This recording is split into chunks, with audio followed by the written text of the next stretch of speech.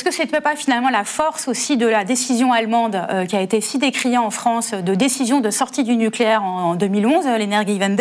Est-ce que ça n'a pas été la grande force de cette décision que de marquer une rupture historique, sociale, énergétique, et de dire à une société, en fait, on avait une source de production d'énergie, on la laisse tomber, on passe à une autre époque. Est-ce que c'est pas ça qui manque aujourd'hui en France pour mettre en action la société? Quand vous regardez les chiffres, l'Energiewende n'a rien changé à la trajectoire de consommation d'énergie en Allemagne, strictement rien. Ça n'a strictement rien changé à la... Je réponds, j'ai regardé les chiffres. Hein. Ça n'a rien changé à la trajectoire de consommation électrique, absolument rien.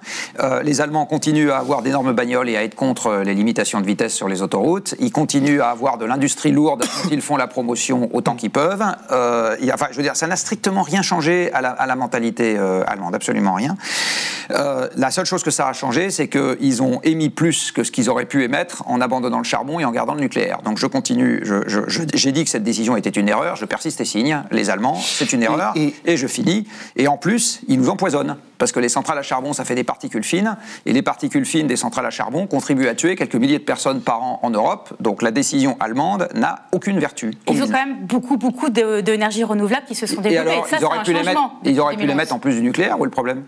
Ils auraient pu sortir du charbon et développer leurs ENR. Jean-Marc Jancovici, l'ADEME, RTE, et puis beaucoup d'experts dont Jade a parlé dans le monde, disent, y compris des gens qui ont lu votre BD et qui y répondent d'une certaine façon, disent on peut faire 100% d'ENR à condition, donc au contraire de vous, d'énergie renouvelable, à condition d'agir sur la demande, réduire la conso, réduire les pointes, sur l'offre. Donc on vous dit c'est possible. La réponse qui vous est faite souvent, c'est de dire non, c'est possible. Alors les gens qui disent c'est possible confondent un scénario et une démonstration. Un scénario, c'est une histoire qui est aussi vraisemblable que les hypothèses que vous avez prises en entrée. Mais c'est pas parce que vous faites un scénario... Moi, je peux vous faire un scénario dans lequel je rajeunis de 20 ans. Ça ne me pose aucun problème. Vous trouvez que c'est aussi irréaliste que ça, Jean-Marc, honnêtement? Alors, je vais vous dire quelles sont les conditions qui ne sont pas bouclées dans les scénarios qu'on regarde. D'abord, les scénarios qu'on regarde ne bouclent pas sur la matière, c'est-à-dire qu'ils ne disent pas... L'Agence internationale de l'énergie, la même qui disait je vais faire frisou les moustaches, quasiment totalement des ENR, etc., vous disent ah ben non, on n'est pas sûr d'avoir assez de nickel, de cuivre, de lithium pour suivre les scénarios. Dans le dernier World Energy Outlook, il y a un très beau graphique qui a été sorti dans lequel ils vous disent voilà la demande en nickel, en cuivre et en lithium qu'on devrait avoir en 2030, enfin la quantité qu'il faudrait fournir pour suivre le scénario NZ2, donc net zéro. Et puis voilà là où on en sera en mettant bout à bout les mines actuellement en fonctionnement et celles qui sont en développement. Et partout c'est en dessous, de 15 à 20%. Et là on parle que de 2030. Avec le nucléaire, ce qui est compliqué, c'est de faire une centrale. Par contre, faire fonctionner un réseau avec du nucléaire, c'est très simple.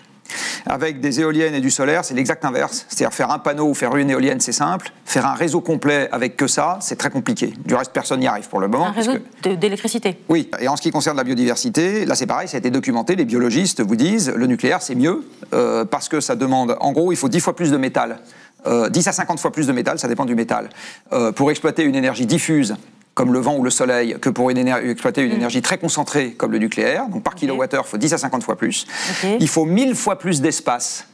1000 fois plus d'espace pour faire de l'électricité avec du solaire qu'avec du nucléaire. Pour arriver à la même puissance. Pour arriver à la même quantité d'électricité produite dans l'année. 1000 fois plus d'espace. C'est bien du reste pour ça qu'on commence à voir aujourd'hui des problèmes avec des gens qui disent j'en veux pas chez moi parce qu'en fait il faut multiplier les installations partout. Et si on en a quelques-unes, vous avez quelques opposants locaux. Si vous en avez 1000 fois plus, enfin pas 1000 fois plus, mais des centaines de fois plus, vous allez avoir des centaines de fois plus le débat. La bonne question, c'est si je veux un système complet, est-ce que j'irai plus rapidement avec du nucléaire ou est-ce que j'irai plus rapidement avec des renouvelables? Mais je parle bien d'un système complet. C'est ça la difficulté. Alors après, évidemment, on peut avoir des nuances de gris. Par exemple, tant qu'on garde les centrales à gaz et à charbon européennes, rajouter des éoliennes et des panneaux solaires, ça permet de moins s'en servir et donc ça fait baisser les émissions. Donc ça, c'est toujours bon à prendre. Mais ça ne permet pas de viser un système totalement débarrassé du gaz et du charbon parce que pour ça, on a besoin de supprimer totalement les capacités pilotables que pour le moment on a en backup et de les remplacer par autre chose. Et encore une fois, je dis pour le moment, il y a des scénarios qui disent on peut peut-être y arriver. Il n'y a pas de démonstration par les faits. Et en fait, les mêmes qui font les scénarios le lundi vous disent le mardi, Hartung, il y a 4 conditions à remplir pour que ça fonctionne et on n'est pas du tout sûr d'y arriver.